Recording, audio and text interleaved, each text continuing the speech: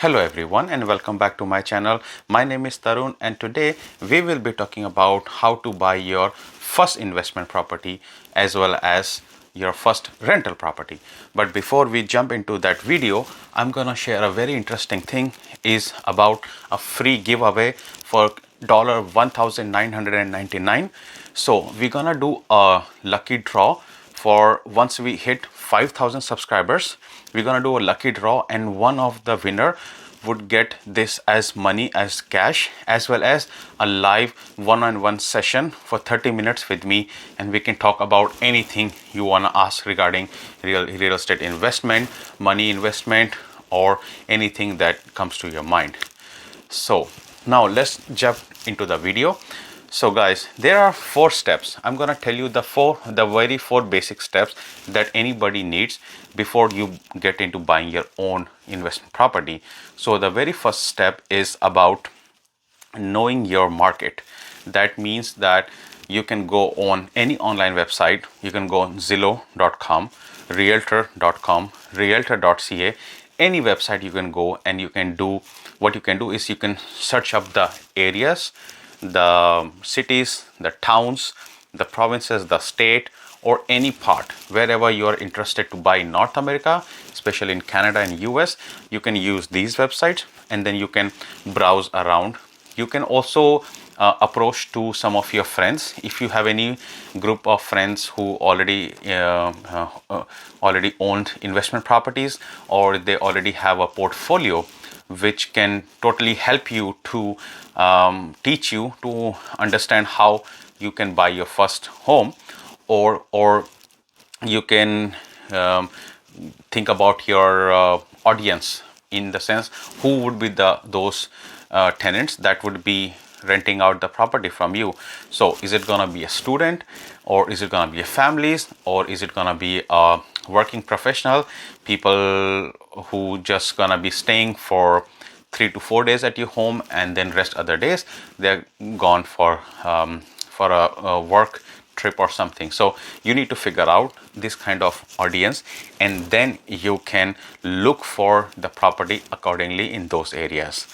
Second important thing is about getting pre-approved. So what does pre-approved means? You can, in this case, you can approach to your traditional banks, or you can approach to a local lender, and you can tell them that, hey, you know what, I'm looking to buy a property and this is what is the down payment I have. But please note, if you are a first time home buyer, as per CMHC in Canada, the minimum required down payment for the first time home buyer is 5%, and as per FHA in USA, the minimum down payment requirement is 3.5%. So you can check out the video here that I did few weeks ago with one of our first guest speaker, and there where you can buy your first home with the 5% minimum down, as well as you can do a house hack, meaning that you can live in that house and you can rent out some portion, some rooms to tenants, and that's what also make you an investor. But if you are purely an investor who already is into the real estate, who has some holdings, some investments, and wanna go ahead with this investment, so then as per the law, the minimum required down payment is 20%. Yes, there are some other ways that you can always play around, and you can go and buy less than 20%. You can say you're buying your second home and you're renting out your first home. That way you can, the banks, it totally depends upon in each and every individual credit file, credit report, and the financial situation, how it is. Accordingly, the banks make the decision, or a traditional or a local lender can make a decision upon that. So getting your pre-approval set is showing your lenders the source of your down payment, the percentage of your down payment, and getting ready all with your document checklist, meaning that you have all your proper pay stub from the job, you have all your good credit score standing, you don't have a high debt ratios, and you when you already own a property, the expenses of that property is not too high. So then considering all these things, the lender can let you know that till what limit they can allow you to buy, under what budget you can buy, and that's how you get set with your pre-approval. So pre-approval is kind of very good practice. For example, you like the house and you think that there could be potential other buyers that also like that house. So in this case, the pre-approval comes a very big handy. It's a very good solution to win that bidding when a lot of people want to put their offers for that wow property. So this is something that really helps you. Then the third thing, you have to learn to analyze your investment. So again, this take us back to the first point, where you have to analyze your property, in the sense the areas, the people that would be lending out, that will be taking this property from you and will be living there.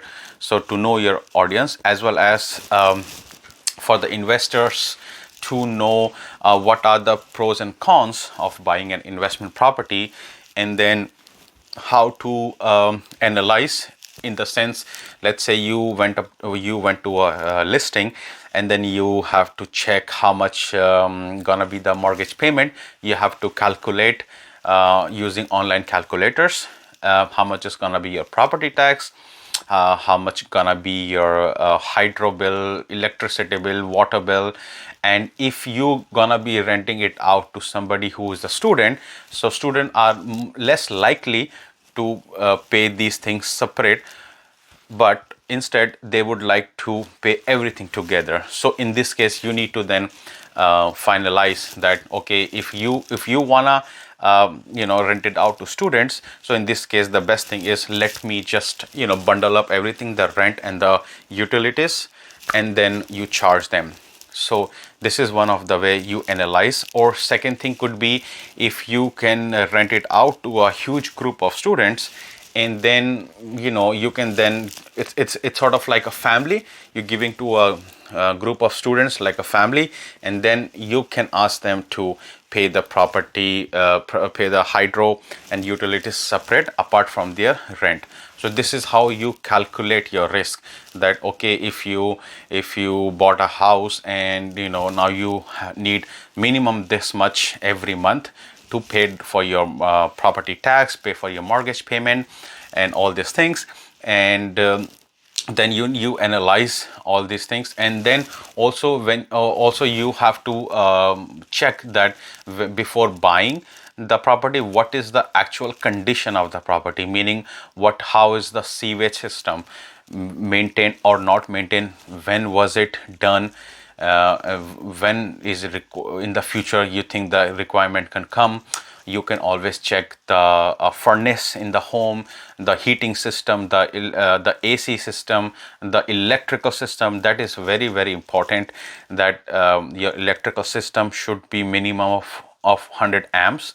And the water boilers that you have in the home, make sure they are not very much old, because the older it is, it consumes a lot of energy, and that's how your electricity bill goes up.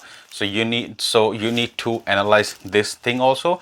And what you can do is you can get a tankless water heater install at your home, which has initial investment, but in a long run this completely brings down your hydro or electricity bill. So this is another thing that you can look before analyzing your investment purchase. And also you can look for the location. Let's say you want to buy a home for a family, so you need to look up for the city that you want to buy, and then you should look down for what are the good neighborhoods which has a higher a transit score, meaning that which has more higher connectivity. Grocery store is nearby, a metro station or a subway station, or any place, the bus stop or the schools or the colleges or the offices which is nearby. These all are the factors which you should definitely consider when analyzing the investment properties, as well as how old is your home, how well the structure is. You can do, you can always ask before putting up an offer to the seller that if they have something called as the pre home inspection report.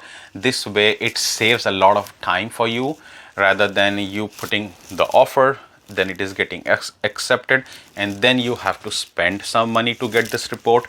But instead you can always ask the seller to provide this, and this is also very economical.